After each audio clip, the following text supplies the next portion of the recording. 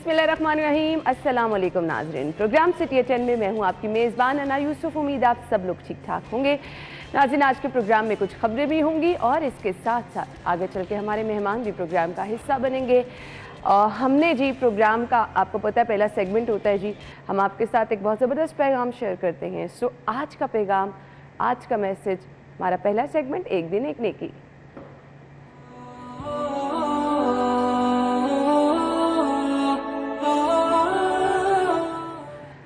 मुफ्ती अहमद साहब हमारे साथ हैं, आज का पैगाम आप तक पहुंचाएंगे।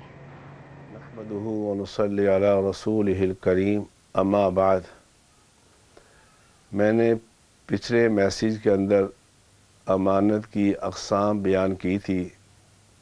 अमानत की दूसरी किस्म वो है जिसका ताल्लुक़ इंसान की ज़ात के साथ है, जिसका ताल्लुक़ इंसान की ज़ात के साथ है। उसके मुतालिक भी पूछा जाएगा। ये आँखें हमें अल्लाह ने अमानत के तौर पर दे रखी हैं, देखना, इसमें ख़यानत ना करना, बदनज़री ना करना। ये ज़बान अल्लाह ने हमें अमानत के तौर पर दे रखी है, देखना, इससे झूठ ना बोलना। ये हाथ अल्लाह ने हमें बतौर अमानत के दे रखे हैं, देखना, इससे चोरी ना करना। ये पाँव अल्लाह ने हमें बतौर अमानत के दे रखे हैं, देखना, इनको लेकर गुनाह की तरफ न जाना, वरना क़यामत के दिन अल्लाह रब्बुल आलमीन पूछेंगे।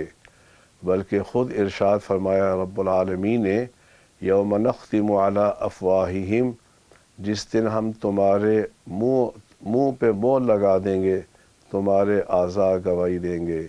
इसलिए मेरे भाइयों, मेरी बहनों, आज का मेरा पैगाम ये है, इन आज़ा से गुनाह न करना।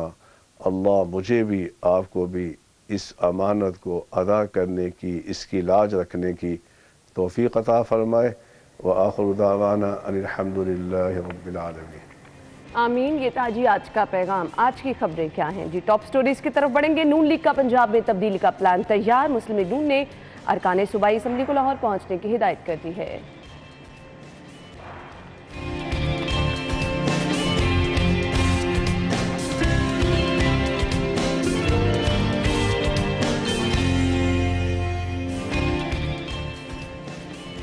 ओवर बिलिंग और बिजली चोरी रोकने का प्लान अब तैयार किया गया है और इसके लिए प्लान के तहत क्या किया जाएगा जी? लेस्को का स्टैटिक मीटर्स पर पाबंदी लगाने का फैसला।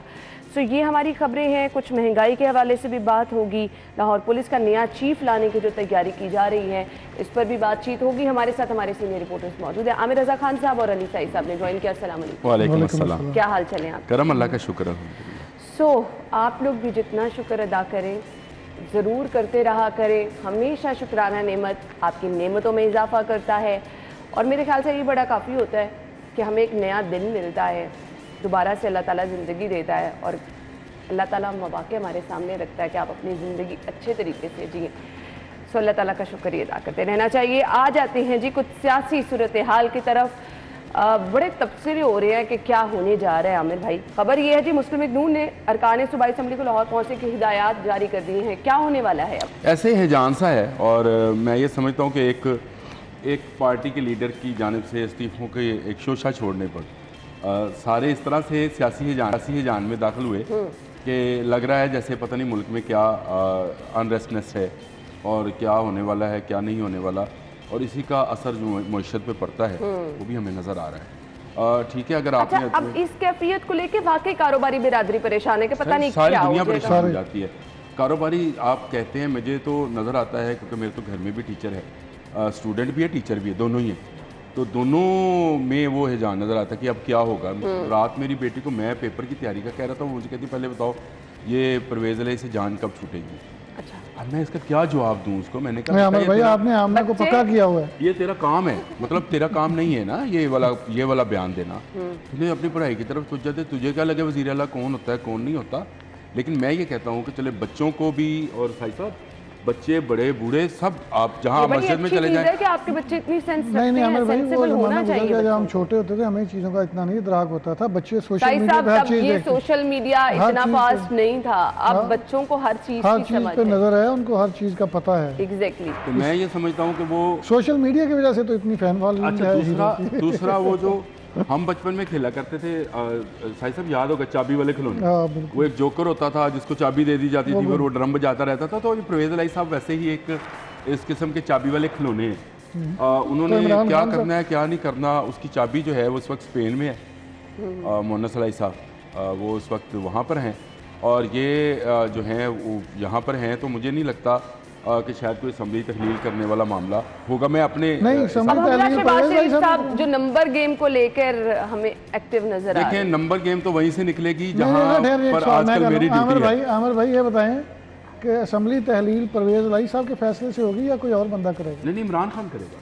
तो आप कह रहे परवेज़ हैं इलाही साहब उन्हीं के हुक्म से आए थे, उन्हीं के हुक्म से जाएंगे। पहली बात तो ये है। परवेज इलाही दूसरा, साहब चले जाएंगे। परवेज़ इलाही साहब चले जाएंगे, और वो इस तरह से ना गए, इस यानी तरफ वो- से ना गए तो इस तरफ से चले जाएंगे। चले जाएंगे। चले यानी आप जाएंगे। कह रहे हैं ऑप्शन कोई नहीं ये है ऑप्शन उनके पास अब रहा नहीं है। अच्छा। देखिए, सबसे पहले मैंने आपसे कहा मेरी ड्यूटी जहाँ पर है इस वक्त जनूबी पंजाब में, तो ये रास्ता वहीं से निकलेगा। जनूबी पंजाब से ही चंद लोग जो हैं ठीक वो शायद पीटीआई को ना छोड़ते हुए भी परवेज़ इलाही साहब से जो है कता तलकी जो है उसका इजहार कर दें। सही। कल परवेज़ इलाही साहब ने मुसर्रत जमशेद चीमा साहबा को शोकाज नोटिस भी दे दिया कि उन्होंने इदारों के मुतल्लिक जो बयान दिए उसकी वो वजाहत करें। अब परवेज़ इलाही साहब की वो मुशीर हैं और उनको उन्होंने दे दिया, उनका तल्लक पीटीआई से है, बड़ी हार्डकोर पीटीआई की हैं। तो इससे भी पीटीआई में नाराज़गी जो है परवेज़ इलाही साहब के मुतल्लिक है। ये मुस्लिम लीग नून अपनी तैयारियां मुकम्मल करे ना करे उनके जाने की, परवेज़ इलाही साहब खुद अपने जाने की तैयारियां मुकम्मल कर रहे हैं। अगर असम्बली तहलील नहीं होगी तो मुझे साहिब साहब अभी प्रोग्राम से पहले गवर्नर राज का बात कर रहे थे, तो मैंने उनसे कहा था क्योंकि ऐसी सिचुएशन है नहीं गवर्नर राज लगने वाली। देखें, सीधी सी बात है, आइन में कोई कदगन नहीं है कि इजलास जारी है जो कि 200 दिनों से जारी है और उसमें पता नहीं कितना कौम का पैसा खर्च हो रहा है। उस इजलास के कोई आए ना आए, ऊपर चलो। आप जो है उसको अदम एतमाद की तहरीक ला सकते हैं, उसमें कोई कदगन नहीं है आइन और ये आने वाले कुछ दिन ही साहिब साहब इसके लिए अहम है मेरे ख्याल से। ना एक चीज़ है मेरे कि लिए तो कल का दिन, मैं कहता हूँ जुमे का दिन, आपको पता है जुमे के दिन अहम जुमे के फैसला दिन होगा। की तो वैसे भी ये बहुत बड़ी इम्पोर्टेंस है। हाँ। लेकिन एक चीज़ है कि खान साहब ने जो एक डिसीजन लिया था कि हम रिज़ाइन कर रहे हैं असम्बलियों से, मेरा ख्याल है जब वो वफाकी गवर्नमेंट से उनको पीएमशिप से हटाया गया तो उन्होंने इस बात का एहसास हो गया कि प्रोटोकॉल्स क्या होते हैं। क्योंकि जब एक बंदा जहाज़ पे बैठ के आए और पैदल निकल जाए और पीछे फिर बात भी सुनने वाला कोई ना हो, तो फिर बंदे को समझ आती है कि बंदे के साथ हो ये क्या अब गया। क्या हो गया जी? अब फिर उन्होंने फैसला किया है, चूँकि पंजाब और KPK से वो पूरी अपनी बदमाशी से सारे काम कर रहे हैं, हर चीज़ के फैसले करवा रहे हैं। यही मार्च था जो 25 मई को जाना था, उसको पुलिस ने रोक लिया था। यही मार्च है जो पूरा महीना सड़कों पर रहा है और मज़े करता रहा है, और 10,000 से लेकर 20,000 पुलिस वाले जो हैं वो सड़कों पर इनके साथ रहे हैं। तो ये चीज़ें चेंज होती हुई इनको नज़र आ रही हैं। कल मैंने, मेरा ख्याल बिलावल साहब ने बड़ी अच्छी बात की है कि वो KPK की असम्बली भी नहीं तोड़ेंगे, नहीं तोड़ेंगे। उनके पास कोई रास्ता नहीं है। दूसरा, वो मुझे गाना कल याद आ रहा था, आलम लोहार साहब ने गाया था, वो उनकी टांग टूट गई थी तो उन्होंने हॉस्पिटल में तो उन्होंने आवाज़ें लगाई थी कि वाजा मारियाँ बुलाया कई बार भी, किसी ने मेरी गाल ना तो नहीं। अगर ये असम्बली टूट गई तो फिर ये इमरान खान साहब पर भी, क्योंकि उनका भी टांग का ही मसला है, तो हर जगह वो टांग ना दें तो शायद उनकी टांग बची रहे। फिर इन दोनों सूबों में भी इनकी जीरो हो जाएगी तो कोई डेटरेंस रहेगी नहीं। हाँ। और इनको बड़ा अच्छा कंट्रोल फिर कर। ये गाना गाते रहेंगे आलम लोहार वाला, वाजा मारियाँ बुलाया कई बार भी। और जो चोई साहब की बात है ना, वाइंड अप करना है मुझे, कल के दिन की एक प्रेडिक्शन कुछ आप बता दें क्या हो सकता है? देखिए, परवेज़ इलाही साहब इनके कहने पे तो तोड़ने वाली नहीं है, वो आखिरी हद तक इनके कहने पे आए भी नहीं जाएंगे। थे। और ये खबर मैं आपको अभी दे रहा हूँ कि उनका PDM से रब्ता है बजरिया आसफ अली जरदारी साहब, और वो शायद वो इस वक्त चाह रहे हैं कि उनको भी सेफ पैसेज जो है दे दिया जाए, जो इमरान खान साहब अपने लॉन्ग मार्च के लिए मांग कर रहे हैं। तो सेफ पैसेज अगर उनको मिलता है तो उनकी सियासत बची रहेगी, अदरवाइज़ वो गुजरात तक महदूद, गुजरात से भी अंदर तक महदूद हो जाएंगे 2-1 सीटों के ऊपर, इससे ज़्यादा वो नहीं। मैं तो हैरान हूँ कि दिखता क्या है, पीछे क्या होता है और बिकता क्या है ऑनेस्टली स्पीकिंग। यानी CM साहब, साहिब साहब, हम ये कहते हैं कहीं नहीं फिलहाल जा रहे। CM साहब आए इनके कहने पे नहीं थे, PTI के कहने पे नहीं आए थे, ना इनके कहने पे जाना है उन्होंने। वो बड़े चले जी, ये डोंगे तमाम बंदे अपनी हैं, खुशी ना आए ना पड़े, वो इस तरह के बंदे। वो बड़े डोंगे बंदे ने, वो बड़े गहरे बंदे ने, ना इन्हों के कहने पे आए थे, ना इन्हों के कहने पे जाना है। उनकी सारी जो इस वक्त चीन है ना, वो किसी और के हाथ में है और वो उसको प्रॉपर इस्तेमाल करेगा। देखें आगे क्या होता है। चलें जी, अब कल का दिन तो बहुत अहम है, इसके लिए थोड़ा सा इंतजार कर लें।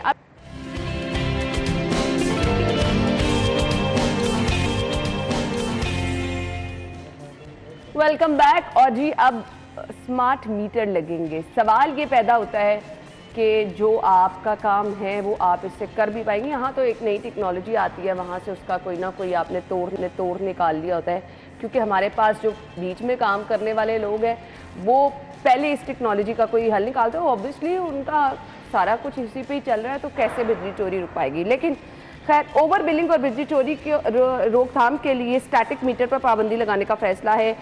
5 किलोवाट और इससे ज्यादा लोड पर सारिफीन को मीटर लगाकर दिए जाएंगे। अभी तो बाज़गश्त ये थी कि मीटर लग ही नहीं रहे हैं, ना 3 फेस और ना दूसरे मीटर। तो अब ये इस पे पैसे क्या आवाम की जेब से जाएंगे, फिर इसके समरात कैसे पहुंचेंगे? साई साहब, हाँ, ये देखें, इसका एक तो यही मकसद बताया जा रहा है कि एक बिजली चोरी रुकेगी, दूसरी ओवर बिलिंग रुकेगी और 30 लाख मीटर लगेंगे लेस्को की जानब से। ये 3 लाख मीटर लगेंगे। 30 अरब का ये मनसूबा है। सबसे अहम बात यह है कि हम जो मर्जी कर लें, जितनी मर्जी टेक्नोलॉजी ले आए, पॉसिबल ही नहीं है। अफसरान ने खुद इसमें मुलवस होते हैं। और मैं आपको अपना एक ज़ाती तजर्बा बताता हूँ, तकरीबन 1-2 हफ्ते पहले का। एक दोस्त है मेरा, वो बिल्कुल बिजली चोरी नहीं करता। उसने मुझे 2-3 दफ़ा रब्ता किया, यार मैं क्या करूँ, मुझे बार बार तंग किया जा रहा है। एंड ऑफ द डे क्या होता है कि वो कभी कोई टीम आ रही है, कभी कोई टीम आ रही है, वो कहता है मैं बिजली चोरी नहीं करता। तो आप जो मर्ज़ी करें, मेरे मीटर 2 और लगे हुए हैं, आप देखें जिस तरह मर्जी। एंड ऑफ द डे ये हुआ है कि उसको पैसे देने पड़े, रिश्वत देनी पड़ी है, उसके बाद उसकी जान छूटी है। ना तो कुछ करके ये हालात ना कुछ करके बहेगा, ना कुछ करके। तो फिर जो कर रहे हैं वो बेहतर नहीं है आमिर भाई। जितनी मर्जी स्मार्ट मीटर लगा लें, जितनी मर्जी टेक्नोलॉजी ले आए, जो मर्जी कर लें, जिसने बिजली चोरी करनी है वो कुंडा लगा के करेगा। मेरे ना एक दिफाई तजियाकार से एक दिन बात हो रही थी, तो उसने कहा कि यार बात सुनो, ये जो स्क्वाड मिसाइल है ना, इसका हल है। आपके पास पैट्रियट मिसाइल हो तो आप स्क्वाड मिसाइल को हवा में उड़ा दें। ये खुदकुश हमलावर का कोई नहीं है, क्योंकि वो एक इंसान है, आग में घूमता फिरता है। ये जितने मर्जी मीटर लगा लें, जो लाइनमैन घूमता फिरता है ना, वो खुदकुश है, असल में वो खुदकुश है। सही कहा आपने। और वो जिसके बाहर जा चाहेगा घर के बाहर धमाका कर देगा उस मीटर के अंदर। ऐसे ही है, बिल्कुल सही। ये होगा। अच्छा, मैं आपको बात बताऊं, नवाज शरीफ साहब का जो पिछला दौर था उसमें मुसद्दिक मलिक साहब को लगाया गया था और उनको कहा गया था कि ये जो कंपनीज को बिजली दी जाती है उस पर मीटर लगा दें। ये बेस्ट था। मतलब लेस्को, मेपको, फेस्को, इनको जो बिजली दी, मतलब 10,000 रुपये की इनको बिजली दी। इनसे कही जी 10,000 की आपको बिजली दी, दें अब इसमें से 10,000 की। लैंड लॉसेज आपके 3% होंगे, 4% होंगे, 5% हो जाएंगे, बाकी पैसे आप जमा कराएं। ये बेहतरीन तरीकाकार था। बिल्कुल। लेकिन वो गवर्नमेंट ना रही तो वो सिस्टम भी ना रहा। अब ये स्मार्ट मीटर्स आ गए हैं। ये आप खबरों को पढ़े तो 5 वाट के क्या लिखा हुआ है जी? 5 वाट और इससे ज्यादा लोड पर 5 किलो ज्यादा लोड 5 किलो वाट। मुझे बताएं, घर वालों को तो कोई फायदा नहीं होने वाला, ये फैक्ट्रियों के लिए होगा। सवाल ही नहीं। हाँ। और फैक्ट्री जो ओनर्स हैं वो मीटर से बिजली चलाते ही नहीं है। नहीं, उन्होंने चोरी मीटर से। ये फर्नेसेस जो हैं अंडरग्राउंड वायरिंग्स हैं जो कि नहीं के लोग करके देते हैं। और एक्सचेंज एसडीओ आता है, आपका मीटर कुछ देर के लिए मीटर पे चलते हैं, फिर वो मीटर गिरा देते हैं। उनको जब छापा टीम आती है तो इत्तला पहले मिलती है कि छापा मारने जा रहे हैं, आ रहे हैं हम, तो वो उसको मीटर पे कर देता है। वो आते हैं, मीटर चेक करते हैं, मीटर बिल्कुल नहीं चल रहा। जो घरेलू सार्फिन उनको चोरी करने के लिए, जो आमिर भाई कह रहे थे, लाइनमैन जो है उसकी ज़रूरत पड़ती है। जो फैक्ट्रियाँ बड़ी बड़ी, वहाँ पे तो बड़ा अफसर आता है, वो देखता है कि मीटर, वो खुद उसकी तस्वीर बनाता है, इसलिए नीचे वाले लोगों को उनको मैनेज ही नहीं करना पड़ता। वो डायरेक्ट अफसर के साथ राब्ते में होते हैं, डायरेक्ट डीलिंग में होते हैं, तो वहीं से उसके साथ जिस तरह का मर्जी मीटर लगा दे। मैं तो ये कहता हूँ कि एडवांस बिलिंग शुरू कर दे। और इसमें एक और चीज़ भी, मैं घरेलू सार्फिन के लिए सही साहब, मेरा फैक्ट्री नहीं है, आपकी भी नहीं है, बिल्कुल नहीं, और अना की भी नहीं होगी, कोई भी नहीं। हम लोग तो इसी हमारा ब्रेड शिप्रा ऑटो से पता है अना का क्या बिजनेस है। अच्छा चलें, मुझे सिर्फ ये बताएं कि अगर यहाँ पे एडवांस मीटरिंग कर दी जाए, आपने 100 रुपये का बिजली ली तो 100 रुपये की आप खर्च कर लें, ऐसे ही। इससे क्या फ़र्क पड़ेगा? लेकिन फ़र्क उनको पड़ेगा जो दिहाड़ियाँ लगाते हैं, जो घरों में चिट्टे दे के जाते हैं कि अगर आपने अपना मीटर पीछे कराना है और अगर आपने मीटर पे बिल अपना काम कराना है तो आप हमसे रब्ता करें। और करते ये हैं कि आपको 6 माह तक आपको बहुत सहूलत देते हैं। 6 माह के बाद आपको डिक्लेयर करते हैं कि आपका मीटर ख़राब हो गया। अब वो घर के बाहर लगा है, मेरा क्या कसूर है अगर मीटर ख़राब होता है तो उसका बिल भी हम ही डालते हैं।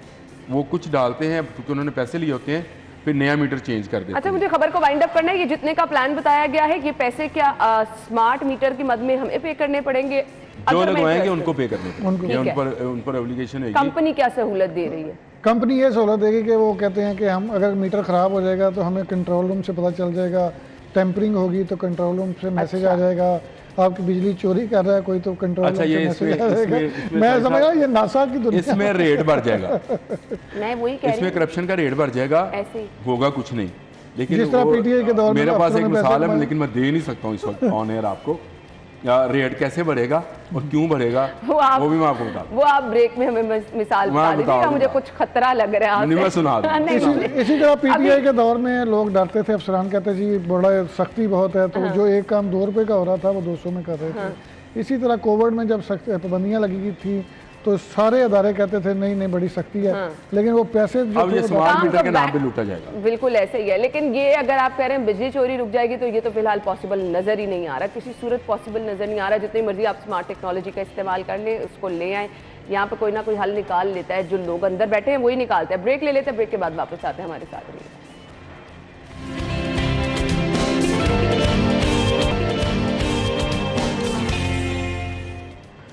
Welcome back. और अब तो मुझे ये खबर शेयर करना भी एक मजाक सा लगता है, महंगाई ठाठे मारने लगी। महंगाई है कहाँ नहीं, हर रोज ही महंगाई है।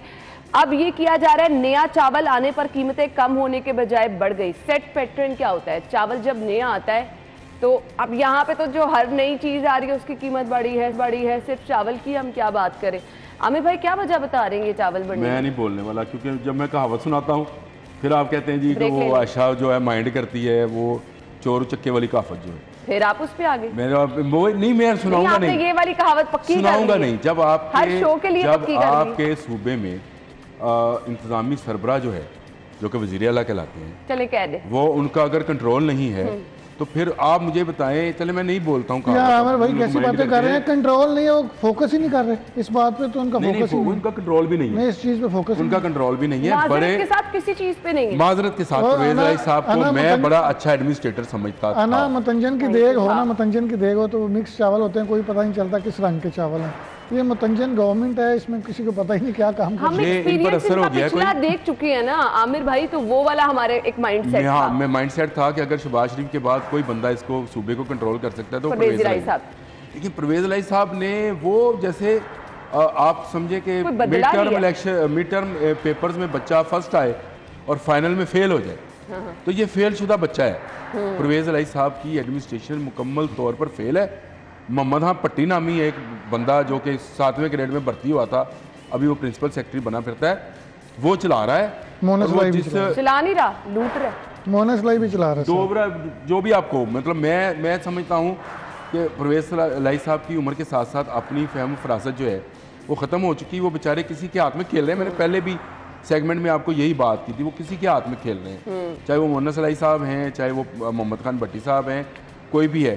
खुद परवेज लाई साहब अपना विजडम इस्तेमाल नहीं कर रहे, वो इतने प्रेशर में हैं। और यारो जट कहीं में पीटीआई के ये प्रेशर में सादा हैं, फायदा कहीं करता है ना। कहीं वो और लोगों के प्रेशर में हैं। जिनका नाम ये बात छोड़ दे, अना बड़ी परवेज महंगाई राय हो साहब रही क्या है। करे अना- क्या नहीं करे, गरीब तो मर रहा है ना, ना उसको गरीब तो भी मर महंगी रहा है। आटा ये खरीद। बेसिकली हमारा चावल का बिजनेस है, हम वो धान की फसल भी लगाते हैं। इसमें आप ये देखें कि आप तक सिर्फ चावल आता है, जो चावल उगाने वाले लोग हैं उनको पूछें क्या मसाइल हैं, बिजली कितनी महंगी है, डीजल कितना महंगा है, खाद मिलती ही नहीं है, आप लाइनों में बिल्कुल लग ठीक कह लग के रहे हैं। मिलती है। फिर जब ये फसल तैयार हो जाती है उसकी कटाई पे कितने पैसे लगते हैं, उसको लगवाने पे कितने पैसे लगते हैं। अब ये है कि इस छुड़ाव कराना होता है तो फिर उसमें डीजल कितना लगता है, डीजल- बहुत सारे मसाइल हैं। मसाइल हैं। तो और ये भी नहीं agree है करें हम। और तो ये- कीमतें जो हैं वो तो बढ़ेंगी, बढ़नी। ये तो कोई कंट्रोल ही नहीं है। और ये पहले ऊपर से मैं आपको बात बताऊं, पाकिस्तानी कौम का एक अलमिया ये भी है कि इसमें कुछ लोग ऐसे हैं, मैं सारी कौम को तो नहीं कहता हूँ। सैलाब आया सिंध में, टमाटर ये यहाँ महंगे कर देंगे, प्याज यहाँ महंगा कर देंगे और कहेंगे जनाब वो वहाँ है सैलाब ये आया। आमिर भाई, आप एक अभी दो ने तो- नहीं किया होगा, बाकी ओवरऑल लोगों ने अभी यही तो इन्होंने जो कॉटन के रेट बढ़ाने हैं वो आप देखिएगा, वो फिर ये देखिए, इन्होंने सब्जियों दालों के जी सैलाब आ गया सी जी। तो ये वो कौम के वो लोग हैं जो कि हर चीज़ को का फ़ायदा उठाते हैं, कुदरती आफात से डरते नहीं हैं, उससे कोई नसीहत हासिल नहीं करते हैं, उससे मखसूस- फ़ायदा उठाते हैं। एक मखसूस चावल की होता है। फसल के साथ भी यही होगा। और यही हो रहा अच्छा है। मैं नहीं, एक नहीं, बात आने वाले कहूं, दिनों में और honestly, महंगे अब जो हालात है ना, गरीब चावल पहले भी नहीं खरीद सकता था और अब अगर और चावल नहीं कहाँ, नहीं चावल ये तो देखें, मैं आपको बता याशी रहा में चला गया हूँ, ये अभी ये जो 12,000 का थैला हुआ है, पुराने चावल जो है वो 15,000 का थैला है। और ये अभी आने वाले दिनों में मजीद महंगे होंगे, क्योंकि ये दिन है फसल जो धान की फसल है ना, वो कटाई के आखिरी मराहल में है। अब इक्का दुक्का दुकान होगी जहाँ पे मुंजी साहिब साहब, लेकिन अब ये भी देखें, वो डीजल वाली बात आपने की, डीजल महंगा, गैस महंगी, बिजली अब महंगी, बिजली जो अब सारी पीछे चीजें तो तो डीजल- उसमें अब आएंगी ना। जो लेकिन अच्छी चीज पता नहीं है या नहीं है, कंट्रोल नहीं है गवर्नमेंट का वो तो बिल्कुल नहीं प्राइस है, वो के तो ऊपर। फेल है, किस मुकम्मल तौर चीज़ पर पे फेल कंट्रोल है। है? किसी पे नहीं। आपने मैंने सही तो कहा कहा। फेल अच्छा शुदा ना, बच्चा। और इंतजामिया भी इस पर कुछ नहीं करी, माजरत के साथ। अब आ जाए जी पेट्रोल की कीमत कम नहीं हुई, लोग एतराज भी कर रहे हैं कि आलमी मंडी में कम हुआ। आपने मट्टी का तेल 10 रुपए, लाइट डीजल जो है वो 7.5 रुपए सस्ता कर दिया, पेट्रोल क्यों नहीं वो हुआ? अभी आपने वो खबर भी पढ़ी है, जुडिशल जी। एक्टिविज्म वाले जो हैं, जी बिल्कुल। ये एमडी ताहर साहब हुआ करते थे किसी ज़माने में, वो मक्खी पे केस कर देते थे, मच्छर पे केस कर देते थे, नहर पे केस कर देते थे, दरख्त पे केस कर देते थे, वो उनको मशहूर होने का शौक था। तो जुडिशल एक्टिविज्म वालों को पूछो कि भाई आलमी रेट जो कम हुए हैं, यहाँ डॉलर कितना बढ़ा है? ये जो पॉलिटिकल आपने अनरेस्ट मुल्क में नाफिज की हुई ये है, मेरे जिसका ख्याल से मैंने आम जिक्र आदमी किया को था भी चीज समझने की जरूरत है। कि उससे आपका डॉलर कहाँ, और आपने डॉलर्स में चीज़ खरीदनी होती ऐसे ही है, है। आपने रुपए में चीज़ नहीं खरीदनी है। तो ये जुडिशल एक्टिविज्म वाले इस बात पे क्यों नहीं जाते हैं कि 8 लाख से ज़्यादा केसेस लाहौर हाई कोर्ट में पेंडिंग है, इस पर क्यों नहीं जाते हैं? इस पर क्यों नहीं जाते हैं कि जिन लोगों के पास जमानत के सिर्फ चंद रुपए नहीं हैं और वो बेचारे जेलों में, उनके ये लिए साई कुछ साथ अच्छा बैठा कर है दें। जेल का नुमाइंदा, ये जेल का नुमाइंदा, वो एक- शुक्र है नुमाइंदा कैदी नहीं कह दिया। ब्रेक का आयशा मुझे कह रही है, ब्रेक ले लेते हैं, ब्रेक के बाद वापस आते हैं, हमारे साथ ही रहिएगा।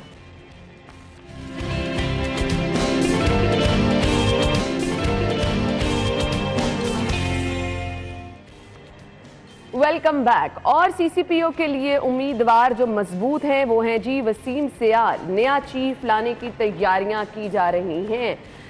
कब आ रहे हैं नए चीफ? ना ये देखें, वफाकी ट्रिब्यूनल की जानब से फैसला दिया गया था 24 नवंबर को कि जो इस्टेब्लिशमेंट डिवीजन का डिसीजन है उस पर अमल दरामद करवाया जाए, और डोगर साहब को मुअत्तल किया गया है, वो चार्ज छोड़ें और इस्टेब्लिशमेंट रिपोर्ट करें। लेकिन वो अभी तक उन्होंने अपना चार्ज नहीं वो छोड़ा। तैयारी नहीं। लेकिन चौधरी परवेज़ लाई साहब जो है ना, वो बड़े वज़ादार आदमी है और बड़ी दूर अंदेशी है उनमें। उन्होंने 25 नवंबर को डीआईजी वसीम सियाल जो कोर्स कर रहे हैं इस वक्त, इनको बुलाया है। प्रिंसिपल सेक्रेटरी, मेरे बड़े पक्के ज़राए जो वहाँ पे मौजूद थे, उनका कहना था कि पूरा को पौना घंटा इनकी मुलाकात हुई है, उसके बाद ये रवाना हो गए हैं। उसके अगले दिन जब डोगर साहब को पता चलता है कि ये मीटिंग हुई है और डीआईजी के कैंडिडेट, डीआईजी को तलब किया गया सीसीपीओ शिप के लिए, तो उन्होंने तो एक कुर्बानी दी है पीटीआई के लिए, पंजाब गवर्नमेंट के लिए। उन्होंने अपनी सर्विस सारी ख़राब कर ली है, रिटायरमेंट के 3 माह पहले मुअत्तली ले ली है। ये बहुत बड़ी बात है कि एक सीएसएस करने वाला बंदा जो है वो सस्पेंड हो रहा है। तो वो तो अपनी बड़ी लॉयल्टी शो कर रहे थे, वो चले गए ज़मान पार्क अपने लीडर के पास। अच्छा, अब वहाँ पे क्या हुआ है, उनको शायद तवक्को नहीं थी कि उन्होंने तो वो यही सोच रहे थे कि मैंने लॉन्ग मार्च को कामयाब करवाया, मैं नून लीग के खिलाफ कार्रवाइयाँ की, मैंने बस धड़ाधड़ मेरे- पर्चे दिए हाँ। जो खान मेरा साहब ने कहा। इस्तकबाल किया जाएगा, मेरा फूलों की इस्तेक- पत्तियां निछावर की। लेकिन जो बड़े पक्के ज़राए हैं पुलिस के उनको ज़राए, अंदर ही नहीं जाने उनको दिया मैं गया। कह रहा था, मैंने कहा जी वो डोगर साहब ने तो मुलाकात की है। उसने कहा आपको किसने कहा है? मैंने कहा जी वो हमारे वो बच्चे खबर चला रहे थे कि डोगर साहब ज़मान पार्क गए हैं इमरान खान से मिलने। उन्होंने कहा उसी तरह जिस तरह बाकी लीडर बाहर बैठे रहे हैं, ये भी पूरा घंटा बाहर बैठे रहे हैं, उसके बाद ये अंदाजा वापस आ करें गए हैं आप। और खान साहब ने मुलाकात नहीं की। ये होता है शाह से ज्यादा शाह के शाह के वफादार होने का वफादार। नुकसान। नुकसान भी होता है, नुकसान भी होता है। अब वो डिसाइड भी हुए होंगे, और जाहिर है पंजाब में जो जिस तरह इस वक्त चल रही है कैफियत, ना आईजी यहाँ पे काम करना चाह रहा है, सीसीपी अगर चला जाएगा। कुछ तो वसीम सियाल साहब के बारे में बता दें। वसीम सियाल साहब पहले सीटीओ लाहौर रह चुके हैं, सीटीडी में एडिशनल आईजी रह चुके हैं, मुख्तलिफ आरपीओ शिप भी की हैं, वो डीपीओ भी रह चुके हैं, वो बड़े अच्छे अफसर हैं, बड़े वज़ादार आदमी हैं। मेरा ख्याल है कि वो इस सिचुएशन में आना पसंद नहीं करेंगे, लेकिन किसी ना किसी को तो आना है। हालात देखिए आमिर भाई के कोई अफसर काम नहीं करना चाह रहा। पूरी पीटीआई की गवर्नमेंट के दौरान कोई अफसर काम करना ना चाहता जी था? ना, यहाँ तो अभी भी आनियां यही जानियां सूरत हाल लगी रही है। थी। मेरा ख्याल है ये गवर्नमेंट टॉपल होगी और उसके बाद जो नई गवर्नमेंट आएगी उसमें अफसरान के तबादले भी होंगे और उसमें अफसरान को अपॉइंट भी किया जाएगा। गुलाम महमूद पसंदीदगियों डोगर की साहब, बुनियाद पर एक और है ना बार ये फिर से देखे ना राव मुझे- सरदार गुलाम साहब, महमूद राव डोगर सरदार साहब के साथ को जो हुआ है, मैं उस पर उनके साथ अफसोस ही कर सकता हूँ। मैं उनको बड़ा अच्छा अफसर बिल्कुल, समझता आपने था। से कम जो वाइंड अप करने का कहा जा रहा है। थैंक यू सो मच जी। नाज़रीन ब्रेक होगी, हेडलाइंस होंगी, फिर आते वापस शो में।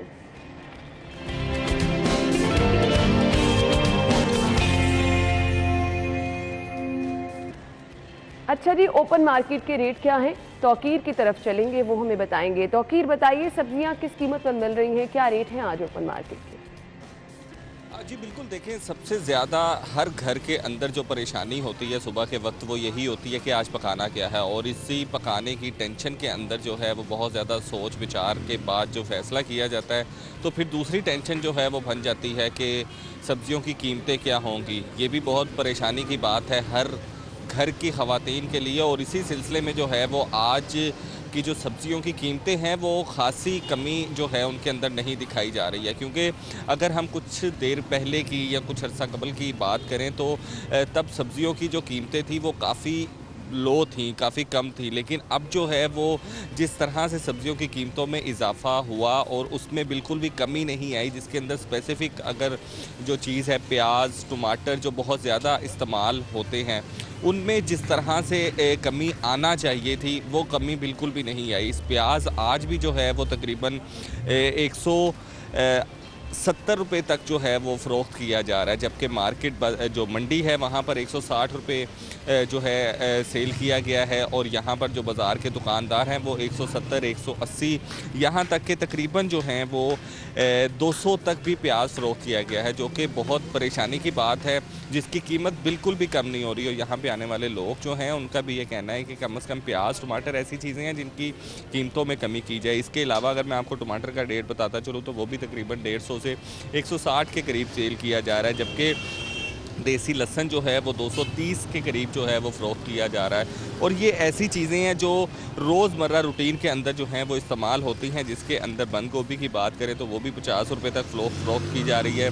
शिमला मिर्च जो है वो एक वक्त में 40 30 40 50 तक मिलती थी, आज वो तकरीबन 70 रुपये फ़रोख्त की जा रही है। और इसी तरह सब हरी मिर्च जो है वो भी इस्तेमाल की जाती है, वो भी तकरीबन 150 रुपये किलो जो है वो फ़रोख्त की जा रही है। और ये नींबू जो है वो तो तकरीबन 150 रुपये तक जो है वो फ़रोख्त किए जा रहे हैं। खासी जो है वो परेशान दिखाई दे रही है, और वो ये मुतालबा कर रही हैं कि सब्जियों की कीमतें जो बहुत ज़्यादा बढ़ चुकी हैं और बिल्कुल भी कम नहीं हो रही, इनके अंदर 1 2 3 रुपये का उतार चढ़ाव जो है ये काबिल मंजूर नहीं है। इसके अंदर ज़्यादा जो है वो कमी की जाए, ताकि इस टेंशन को जो है वो रोज़मर्रा रूटीन में लेने के साथ साथ जो पैसों की टेंशन है वो भी ख़त्म हो, और आसानी के साथ जो है सब्जियां खरीदी जाए और अपनी मन की सब्ज़ी जो है वो आसानी से पकाई भी जा सके। Tauqeer, thank you so much, आपने तो मुश्किल ही आसान कर दी है लोगों की। चलिए जी, आपको घर बैठे रेट पता चल गया, आपके लिए थोड़ा सा आसानी हो जाएगी। अब आपको बताते हैं महकमा वाइल्ड लाइफ की जानिब से जो बाकायदा तौर पर परमिशन दी गई है उड़ियाल हिरन, जो कि बहुत ही नायाब नस्ल की है, इसका शिकार करने वाले जो कि इंतजार करते हैं जी। अब मैं आपको ये बता दूं, अड़ियाल की हंटिंग ट्रॉफी का फैसला किया गया है। विफाक ने सिर्फ 16 अड़ियाल शिकार करने की इजाजत दी। एक हिरन के शिकार की कीमत 25,000 अमरीकी डॉलर है, मतलब अच्छी खासी रकम है। हंटिंग ट्रॉफी के लिए परमिट की नीलामी 5 दिसंबर को Punjab wild life Lahore office में होगी। यानी शिकार करने के लिए आपको प्रॉपर इसका परमिट लेना होगा, जिसके लिए नीलामी होगी, और वो होगी जी 5 दिसंबर को Punjab wild life office Lahore में। सो वो लोग जो कि इंटरेस्टेड है, वैसे तो ये बहुत महंगा शौक है भाई, मुश्किल से ही मैं तो कहती हूँ आजकल कोई अफोर्ड कर सकता है। अड़ियाल हंटिंग ट्रॉफी 15 दिसंबर से 31 मार्च तक जो है वो की जा सकती है। हंटिंग ट्रॉफी के परमिट की नीलामी में हिस्सा लेने वाले शिकारियों को दरख्वास्त के साथ 5,000 अमरीकी डॉलर जर जमानत जमा करवाना होगा, जबकि परमिट की रिजर्व प्राइस 25,000 अमरीकी डॉलर है। सबसे ज्यादा बोली देने वाले शिकारी को परमिट दिया जाएगा। वाज़ेह रहे कि गुज़िश्ता बर्स रिजर्व प्राइस 18,000 अमरीकी डॉलर थी, पिछले साल 18,000 और अब 25,000 है। सो रजिस्टर्ड कम्युनिटी बेस्ड ऑर्गेनाइजेशन जो है उसको ही इसकी परमिशन है। सो आप अंदाजा करें कि इतने रूल्स और रेगुलेशन हैं। 25,000 अमरीकी डॉलर कम बात नहीं है, लेकिन जी जिन लोगों का इंटरेस्ट होता है वो इस पे ज़रूर शामिल भी होते हैं। पंजाब में इस साल ट्रॉफी हंटिंग करवाने का फैसला थोड़ा ताख़ीर से किया गया, जिसकी बड़ी वजह ट्रॉफी हंटिंग के काबिल पंजाब अड़ियाल की तादाद का तखमीना लगाना था। और आपको ये भी मैं बता दूं कि चंद बरस पहले सिर्फ सॉल्ट रेंज में अड़ियाल की तादाद 4,000 के करीब थी, लेकिन जब से इस इलाके को नेशनल पार्क का दर्जा मिला, यहाँ गैर कानूनी शिकार में इजाफा हुआ, जिसकी वजह से अब बामुश्किल 100 रह गए हैं। यानी पहले 4,000 थी, अब गैर कानूनी तौर पर जब से लोग शिकार करने लगे तो ये सिर्फ 100 रह गई है। खैर, इसके लिए अब नीलामी होगी, जो लोग शामिल होना चाहते हैं वो इसका हिस्सा बन सकते हैं। वो कहते हैं कि जी शौक का कोई मोल नहीं, लेकिन ये बहुत महंगा शौक है। सो जी, ये थी अपडेट एक जो कि आप तक पहुंचाई। वैसे आई डोंट नो इस तरह के लोग कौन होते हैं लेकिन जो हैं बस हम उनको सलामी पेश कर सकते हैं। ब्रेक के बाद आपको ज्वाइन करेंगे, हमारे साथ रहिएगा।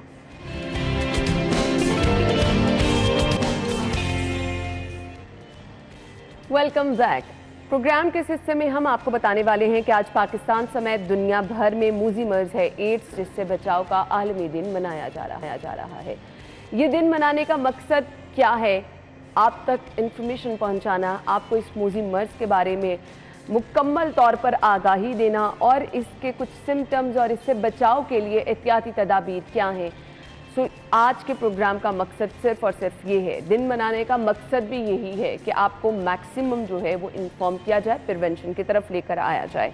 हमारे आज के मेहमान, तारुफ मैं कराना चाहूँगी, अजहर हुसैन साहब ने हमें ज्वाइन किया है, manager operation Punjab AIDS control programme है। वेलकम कहेंगे। अस्सलाम वालेकुम जी। वालेकुम सलाम, thank you so much ma'am. आपके वक्त का भी बहुत बहुत शुक्रिया। सबसे पहले तो मुझे बता दीजिएगा ये दिन आज मनाया जा रहा है, क्या पर्पस है, मकसद क्या है? बेसिकली पर्पस ये है इस दिन को मनाने का कि हम ज़्यादा से ज़्यादा HIV एड्स के बारे में बात करें, आगाही दें लोगों को कि ये मर्ज़ क्यों फैलता है और किस वजह से फैलता है और इसका इलाज पाकिस्तान में अवेलेबल है। दूसरी चीज़ हम जिसके ऊपर फोकस करते हैं वो ये है कि हम मर्ज़ से नफ़रत करें, मरीज़ से नहीं। इस दिन को मनाने का जो पूरी दुनिया में मकसद है वो ये है कि आप मरीज़ से नफ़रत मत करें, उसको स्टिग्मा डिस्क्रिमिनेशन का शिकार मत बनाएं और आप मर्ज़ जो है उसको कुछ हमारी सोशल वो एक ऐसी बन चुकी है ना कि आप बिल्कुल ही अलहदा कर देते हो उस बंदे को और बिल्कुल ही आप समझते हैं कि भाई ये तो अब हम बिल्कुल ही इससे अलहदा हो जाएं। सोसाइटी भी एक बड़ा बुरा सा रिएक्शन देती है, तो नो डाउट ये चीज़ें तो फिर फेस करनी पड़ती हैं। आज से कोई 20-25 साल पहले हम चले जाएं तो ये चीज़ें बिल्कुल मैटर करती थी और ये सारी चीज़ें करती थी क्योंकि मेडिकल साइंस ने उस वक्त इतनी तरक्की नहीं की थी कि इसका इलाज जो है वो नहीं था हमारे पास। लेकिन अब इसका इलाज हमारे सूबे में मौजूद है। यानी ये लाइलाज मर्ज नहीं है, ये काबिले इलाज है, वाज़े कर दिया। बिल्कुल ये काबिले इलाज है। आप इसको जिस्म से एरेडिकेट नहीं कर सकते, ख़त्म नहीं कर सकते, लेकिन इसका वायरस को इतना सप्रेस और लागर कर देते हैं कि वो किसी दूसरी जिस्म में मुंतकिल नहीं होता, जिसकी वजह से आप एक मरीज़ जो कि मुतासरा मरीज़ है, तो इसकी मेडिसिन फिर आपको थ्रू आउट द लाइफ खानी पड़ेगी। एग्जैक्टली जस्ट इसी तरह जिस तरह आप जो शुगर पेशेंट्स होते हैं वो थ्रू आउट मेडिसिन खाते हैं या इंसुलिन लेते हैं, इसी तरह जैसे हाइपरटेंसिव पेशेंट्स हैं उनकी भी थ्रू आउट मेडिसिन चलती है। तो ये मैनेजेबल अब डिजीज। तो हमने प्रिवेंशन की बात करनी है, बचाव किस तरह से मुमकिन है, वो क्या क्या चीज़ें हैं जो कि हमें सेफ रख सकती हैं? हमें कुछ चीज़ों को हमें अपने सामने रखना है जिनके ऊपर हमें बात करनी चाहिए, जिनको हमें आगे लेके एडवोकेसी करनी चाहिए। उसमें सबसे बड़ी 5 वजूहात हैं इस HIV एड्स के फैलने की। सबसे पहले बड़ी वजूहात ये है कि हम गैर तस्दीक शुदा खून जो है वो हम जब लगवाते हैं उससे ये फैल सकता है। उसके बाद जब हम इस्तेमाल शुदा सिरिंज दोबारा इस्तेमाल करते हैं उससे फैल सकता है। इस्तेमाल शुदा औलात जराही जो हम इस्तेमाल दोबारा करते हैं जो कि स्टरलाइज नहीं होते प्रॉपर, उनसे फैल सकता है। दूसरा, एक मुतासरा HIV शख्स के साथ गैर महफूज जिनसी ताल्लुकात जो हैं उनसे ये फैल सकता है।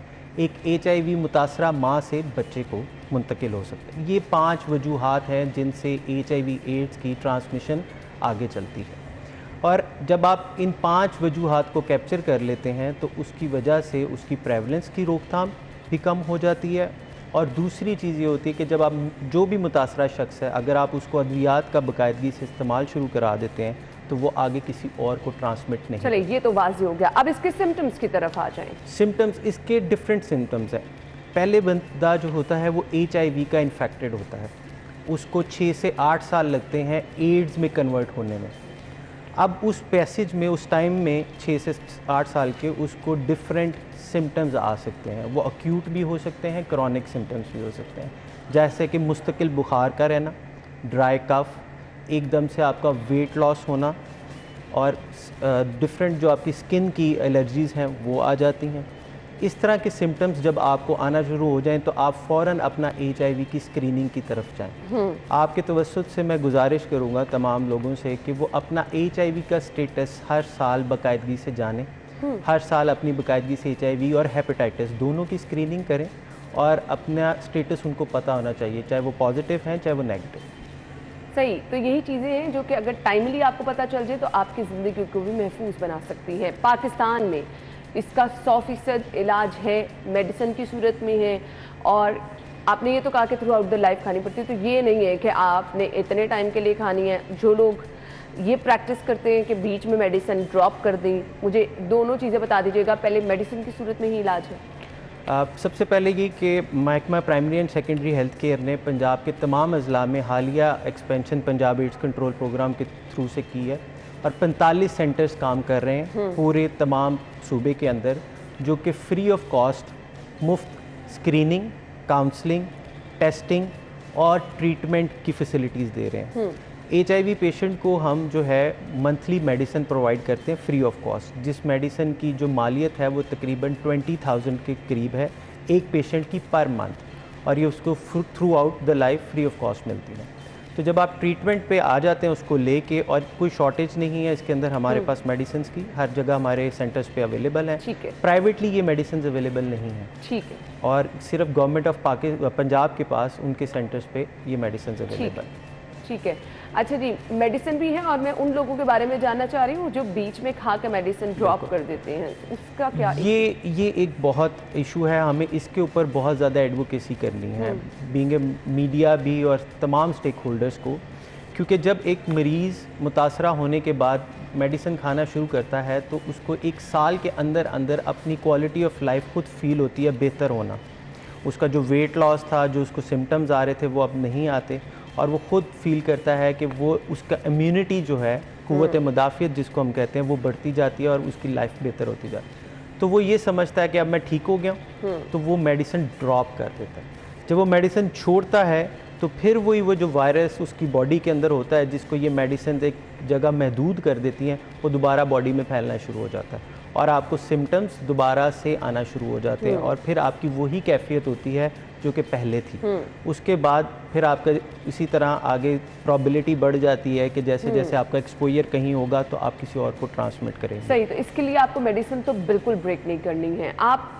हमने सिम्टम्स पे भी बात कर ली, हमने प्रिवेंशन पे भी बात कर ली। मैं चाहूँगी एक ज़बरदस्त सा मैसेज भी आज के दिन की मुनासबत से आप देखने वालों को दे दें। मेरा इसमें अपने महकमे की तरफ से, अपने डिपार्टमेंट की तरफ से जो मैसेज होगा वो तमाम लोगों के लिए ये होगा कि आप अपनी स्क्रीनिंग ज़्यादा से ज़्यादा करवाएं, और अगर आप खुदा न खास्ता किसी भी वजह से, कोई भी वजह है जो मैंने जिस तरह के एक्सप्लेन की, उनमें से कोई भी वजह की वजह से आप इन्फेक्टेड हो जाते हैं, तो घबराएं नहीं, हम आपके लिए मौजूद हैं। हमारे तमाम सेंटर्स उसके अंदर तरबियत याफ्ता अमला मौजूद है जो आपका इस मसले को इदराक करेगा और आपको ट्रीटमेंट प्रोवाइड करेगा, और उसमें वो आपका कॉन्फिडेंशियलिटी का इशू जो है वो ब्रेक नहीं करेंगे, आपको ओपन नहीं करेंगे, एक्सपोज नहीं करेंगे किसी प्लेटफॉर्म पे, और आपको वो एक एनेबलिंग एनवायरनमेंट देंगे जिसमें आप आगे अपनी ट्रीटमेंट ले सकें, बाकायदगी से ले सकें और सारी ज़िंदगी की।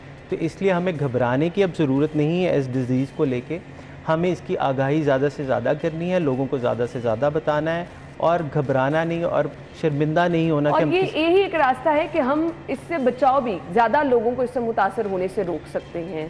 सो सेंटर्स मौजूद हैं, स्क्रीनिंग भी कराएं, और अद्वियात भी अगर आपको वहाँ से मुफ्त मिल रही हैं तो प्लीज़ इसका टाइमली इस्तेमाल करें ताकि दूसरे लोगों तक भी ये ना फैल सके। थैंक यू सो मच, बहुत बहुत शुक्रिया। बहुत शुक्रिया। अभी एक अपडेट है नाज़रीन, आप तक पहुँचा देते हैं। ओगरानी LPG 12 रुपये फ़ी किलोग्राम।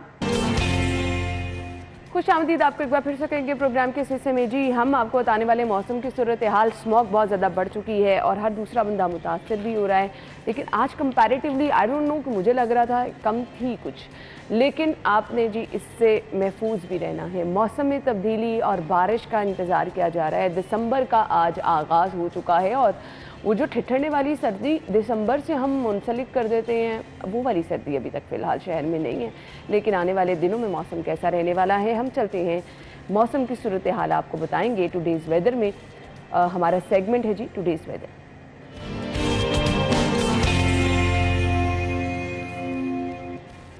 मायदा की तरफ चलेंगे, इस वक्त बाहर मौजूद हैं। जी मायदा, मौसम सबसे पहले बताइए कैसा है, स्मॉग की क्या सूरत हाल है और बारिश के कितने इम्कान हैं?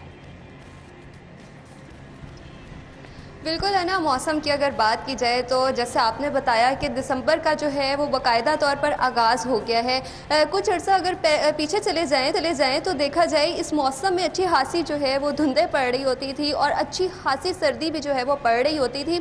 लेकिन अभी तक मौसम जो है फ़िलहाल नॉर्मल है, क्योंकि अभी ना तो उस तरह से स्वेटर्स पहने जा रहे हैं, ना जर्सियाँ, और ना उस तरह के गर्म कपड़े जो हैं वो हमारे शहरी पहन रहे हैं, जो बेचारे बहुत शौक़ से बनवाते हैं कि हम सर्दी आएगी तो हम इस तरह की जो है वो मज़े की ड्रेसिंग करेंगे। तो फ़िलहाल अभी उनकी जर्सियाँ जैकेट जो है वो उसी तरह से बेकार इस कह लें तो ये जो है बिल्कुल ठीक होगा कि वैसी की वैसी पड़ी हुई है। बारिशों का मैं आपको बताती चलूँ, अभी तक जो है वो फ़िलहाल कोई अमकान नहीं है। धूप जो है वो निकली भी है, लेकिन इस धूप में भी जो है अभी हल्की हल्की तपिश महसूस की जाती है।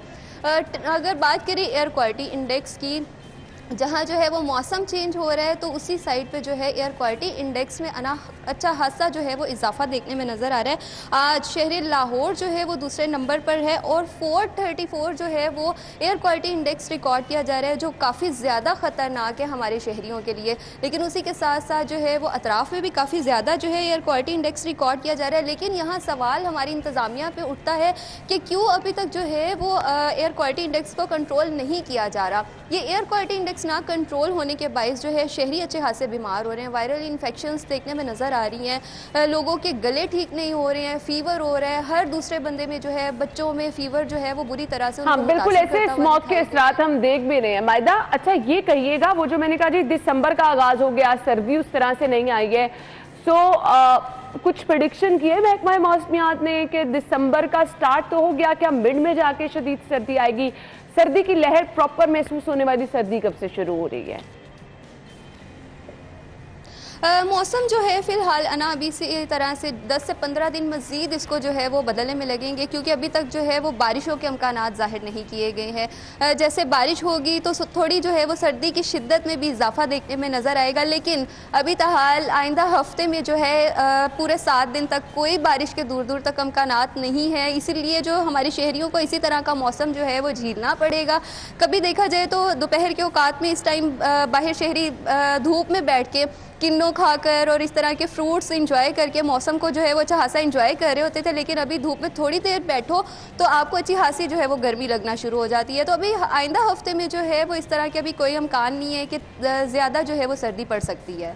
ठीक है, और बारिश का भी फिलहाल इम्कान नहीं है, लेकिन 15 दिन बताए जा रहे हैं। इसके बाद अब एक वो बारिश होगी तभी आपको वो सर्दी की प्रॉपर लहर महसूस भी होना चाहिए। बारिश के इम्कानात नहीं। स्मॉग के असरात आपको देख रहे हैं कि शहर में मंडला रहे हैं। आज शहर लाहौर आलूदा तरीन शहरों की लिस्ट में दूसरे नंबर पर है, यानी कुछ बेहतर सूरत हाल हम कह सकते हैं। लेकिन ये जो हमारा इलाका है कोट लखपत का, यहाँ पे तो अच्छी खासी स्मॉग आज भी है। मायदा, आपके वक्त का बहुत बहुत शुक्रिया, आपने हमें मौसम की सूरत हाल बताई। कुछ वही एहतियात है जो आपने लाजमी तौर पर करनी है। ये आती जो सर्दी है ये भी बहुत ज़्यादा नुकसान पहुँचा सकती है, तो मौसम के हवाले से भी ज़रूर एहतियात करें। ब्रेक के बाद ज्वाइन करेंगे।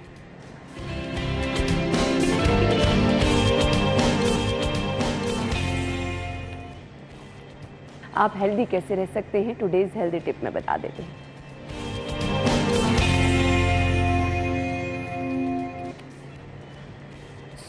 आज की जो चीज़ हम आपके साथ शेयर कर रहे हैं, गाजर, जिसमें अल्लाह ताला ने बेतहाशा फ़वाइद रखे हैं। हम अक्सर देखते हैं लोग बहुत पसंद करते हैं गाजर का जूस पीना, लेकिन हमेशा से माहिरीन भी ये कहते हैं, डॉक्टर्स भी ये कहते हैं कि अगर आप कोई फ्रूट खा रहे हैं, आप फ्रूट खा लें, वो ज़्यादा बेहतर है बजाय इसके कि आप उसका जूस लें। लेकिन जूस भी आपको नुकसान नहीं, लेकिन उसमें थोड़ा सा ये होता है न्यूट्रिशन वैल्यू कम हो जाती है। कुव्वत मुदाफ़त आपकी बेहतर करती है, यानी आपको कुछ अंदर से स्ट्रॉन्ग बनाती है। बिनाई तेज़ करने में गाजर बहुत अहम है। फिर आप वो लोग जो कि हार्ट पेशेंट है उनके लिए बहुत बेस्ट है। इसके अलावा हर दूसरा बंदा हम देखते हैं जी हाई ब्लड प्रेशर का शिकार है, सो हाई ब्लड प्रेशर के मरीज़ भी गाजर का इस्तेमाल आप सैलेड की फॉर्म में कर लें। जो लोग वैसे नहीं खा सकते हैं जूस का इस्तेमाल कर सकते हैं। और इसके लिए इसके अंदर अल्लाह ताला ने एक ऐसी स्पेशल चीज़ रखी है जो कि आपके जिस्म में जो कैंसर के असरात हैं उनको बहुत ज़्यादा कम कर देती है। फिर हम सबका एक बड़ा मसला रहता है जी हमें खूबसूरत नज़र आनी चाहिए, तो नेचुरल चीज़ों का इस्तेमाल करें, आपकी स्किन भी ग्लो करती है। वो फ्रूट्स हैं, वेजिटेबल्स हैं, गाजर का इस्तेमाल आपकी स्किन की रंगत को भी बेहतर करता है जी, खुशनुमा चेहरा रहता है। फिर दांतों के लिए भी बहुत ज़बरदस्त है। वो लोग जो कि मुसलसल इस चीज़ का शिकार रहते हैं कि दांत उनके हेल्दी नहीं होते, पीलेपन का शिकार होते हैं, सो गाजर का इस्तेमाल करेंगे तो वो भी होगा, खून के लिए भी आपके बहुत ज़बरदस्त है। इतने सारे फ़वाइद हैं तो ज़रूर रूटीन का हिस्सा बनाएं। सैलेड की फॉर्म में करें, जूस में, या वैसे भी खा लें। बच्चों के लिए भी इसके बहुत सारे फ़वाइद हैं। अगला सेगमेंट है जी, हमने आपको बताया करेंसी रेट्स क्या चल रहे हैं माल के हाल में।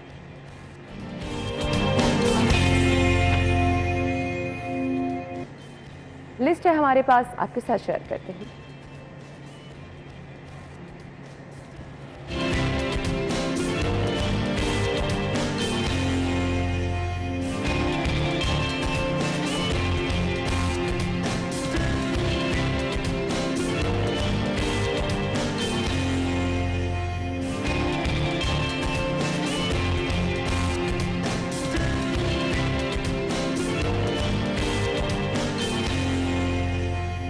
सो ये थी जी हमारी आज की रेट लिस्ट, आपके साथ शेयर कर दी। अगर आपकी कल बर्थडे है तो प्लीज़ लेट मत कीजिए, भूलिए नहीं। हमारा व्हाट्सएप नंबर आपकी स्क्रीन पर है, इस पर अभी से ही अपनी पिक्चर्स या फिर आप किसी को बर्थडे विश करना चाह रहे हैं उनका नाम और पिक्चर हमें भेजिए। कल प्रोग्राम का हिस्सा बनाएंगे और आपकी सालगिरह को इस तरह से हम स्पेशल बनाएंगे।